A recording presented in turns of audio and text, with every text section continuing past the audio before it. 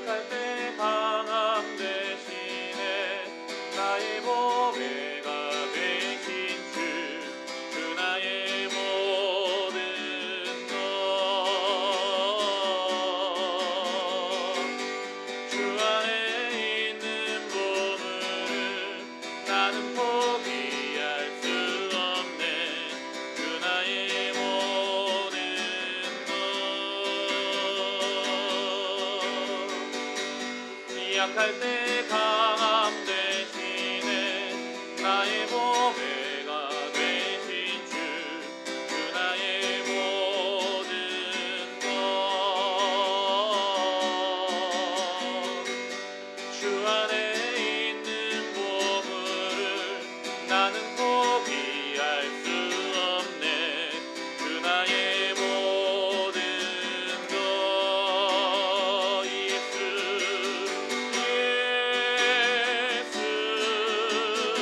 어린 양 전 귀한 이름 예수. 어린 양 전 귀한 이름. 십자가 죄사하셨네. 십자가 죄사하셨네. 주님의 이름 찬양해. 주 나의 모든 것. 쓰러진 나를 세우고 나의 빈잔을 채우네. 주 나의 모든 것. 예수 어린 양 예수 어린 양 전 귀한 이름 예수. 어린 양 전 귀한 이름 예수.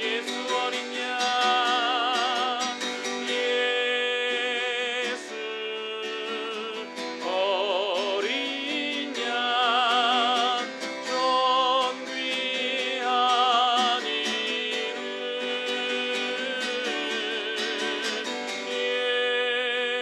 예수. 어린 양 전 귀한 이름.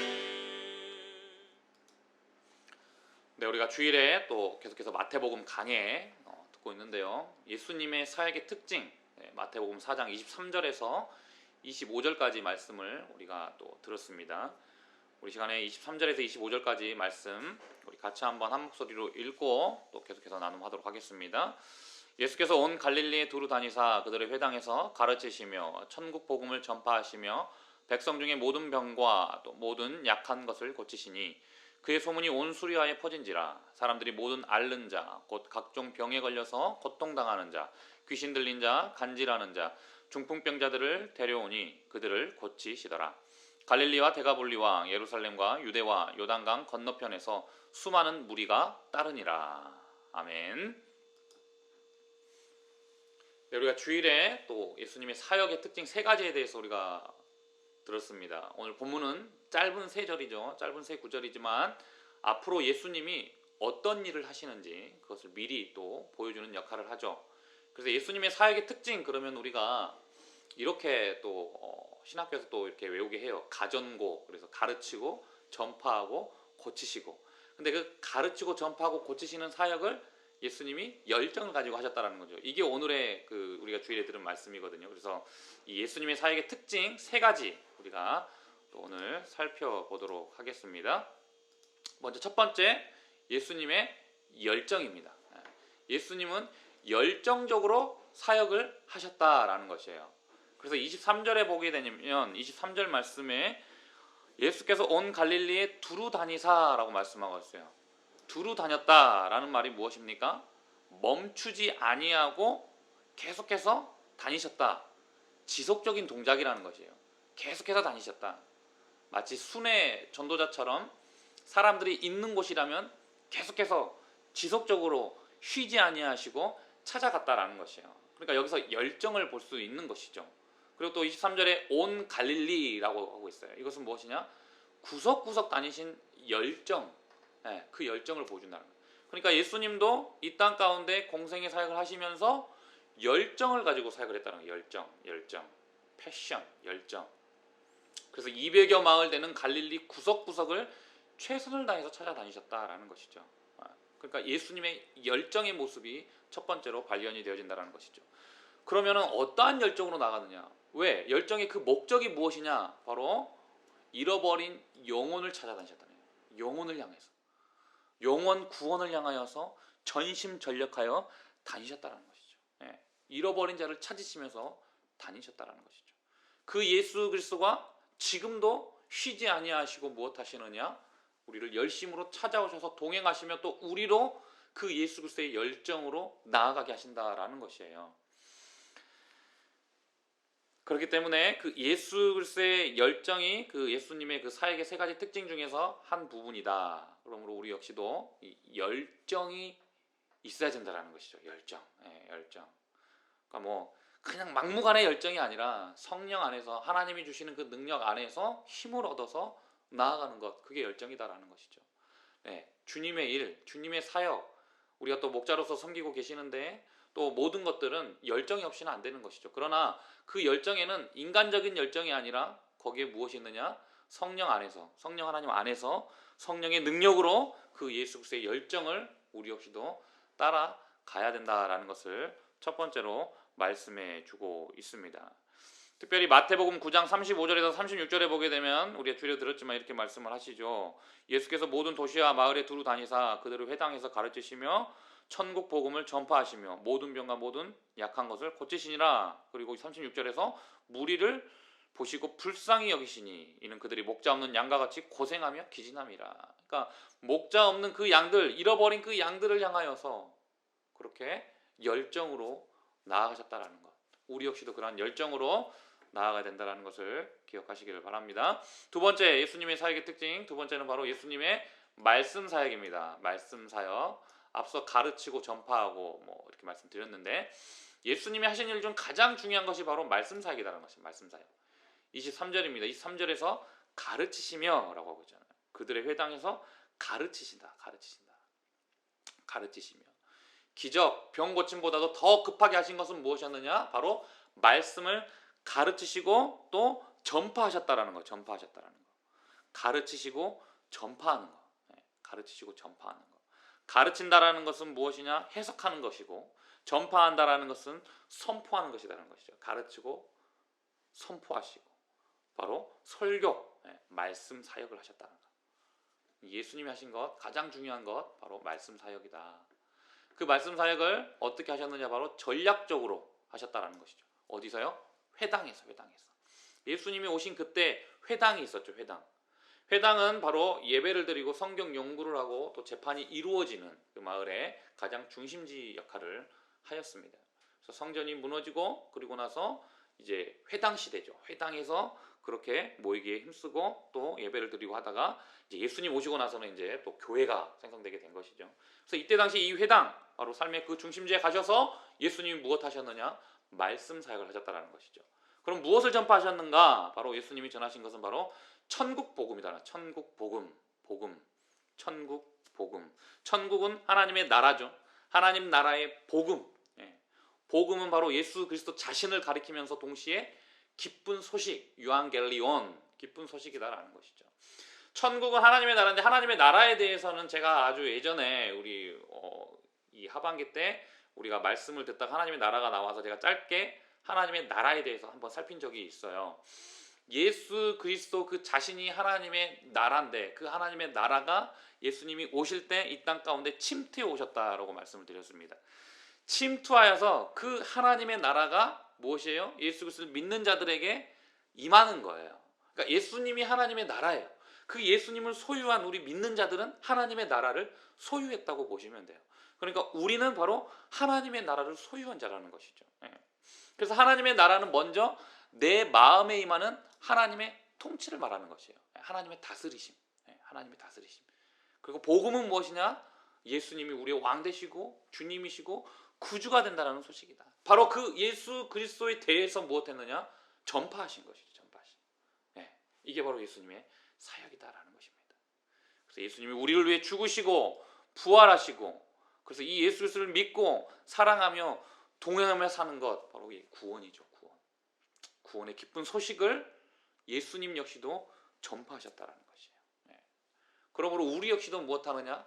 바로 예수 그리스도의 이 사역을 감당해내야 된다는 것이죠. 가르치고 전파하는 천국 복음, 하나님의 나라를 확장시키는 복음의 기쁜 소식을 증거해야 된다는 것입니다. 마지막 세 번째, 예수님은 또 어떤 사역이 있느냐? 치유 사역입니다. 그렇죠? 고치시는 사역. 고치셨어요.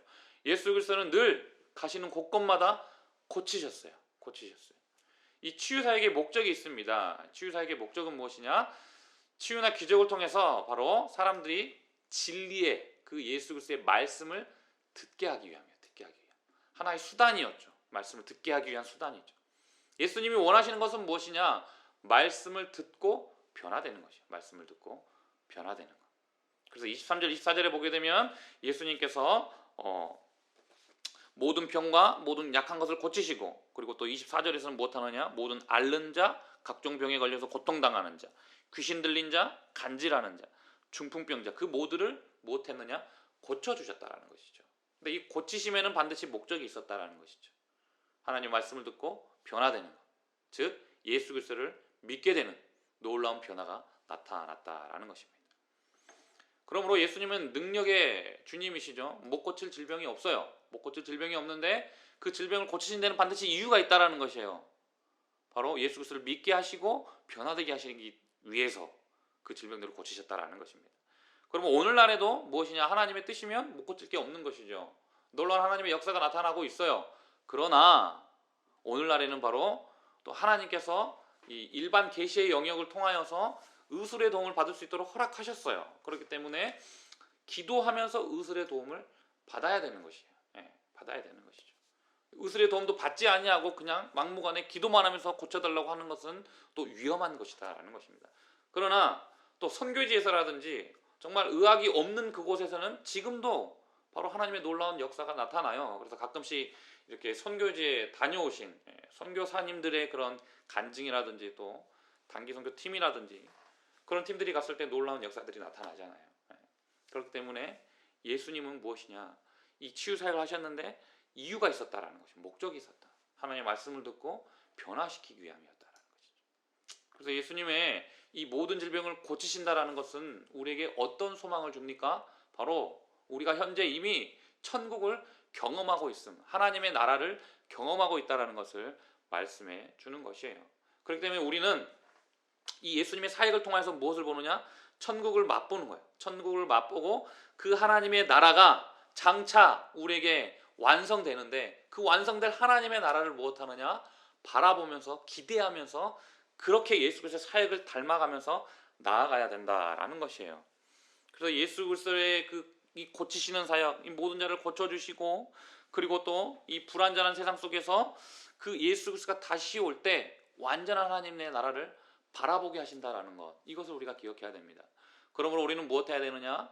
이 땅을 살아갈 때 계속해서 그 하나님의 나라를 소유한 자답게 예수님이 펼치신 그 사역, 열정을 가지고 또 가르치고 말씀 사역에 전념하고, 그리고 또 치유하고 고치셨다라는 것을 기억하면서 하나님 나라의 소망을 두고 나아가야 되는 것이에요.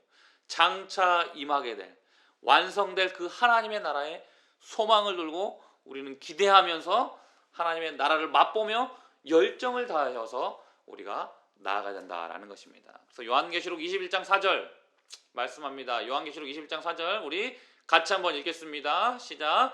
모든 눈물을 그 눈에서 닦아주시니 다시는 사망이 없고 애통하는 것이나 곡하는 것이나 아픈 것이 다시 있지 아니하리니 처음 것들이 다 지나갔음이러라. 아멘. 모든 눈물을 닦아주는 그곳, 새하늘과 새 땅이 이루어지는 장차 임하게 될 그 영원한 하나님의 나라, 그 하나님의 나라를 향하여서 우리는 오늘도 달려가고 계속해서 달려가는 것이에요.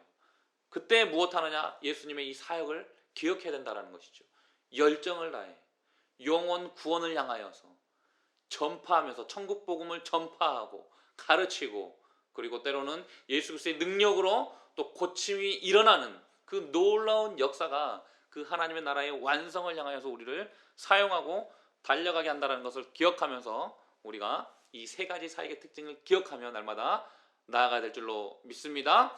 그래서 우리는 바로 예수님의 열정, 또 예수님의 말씀 사역, 예수님의 이 치유 사역을 기억하면서 장차 임하게 될 그 영원한 하나님 나라의 소망을 두면서 우리 모두가 달려가야 될 줄로 믿습니다.